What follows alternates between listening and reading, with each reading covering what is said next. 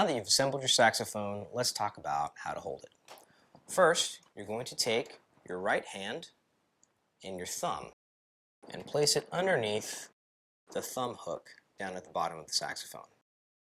Around the front, you'll place your fingers, 1, 2, 3, and then your pinky finger is going to hover around right down here. Then we're going to take our left hand and you will find the black thumb rests towards the top.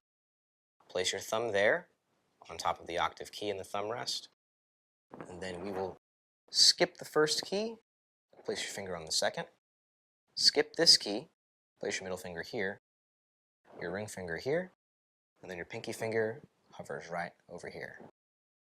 Now you can place the saxophone either between your legs or off to the side past your right leg. Make sure that your neck strap is adjusted high enough so you don't have to come down to the saxophone, but instead you let the saxophone come to you. Jazz Empowers is a non-profit organization that starts and develops jazz programs in K-12 public schools. To help support more video lessons and our programs, you can donate at jazzempowers.org.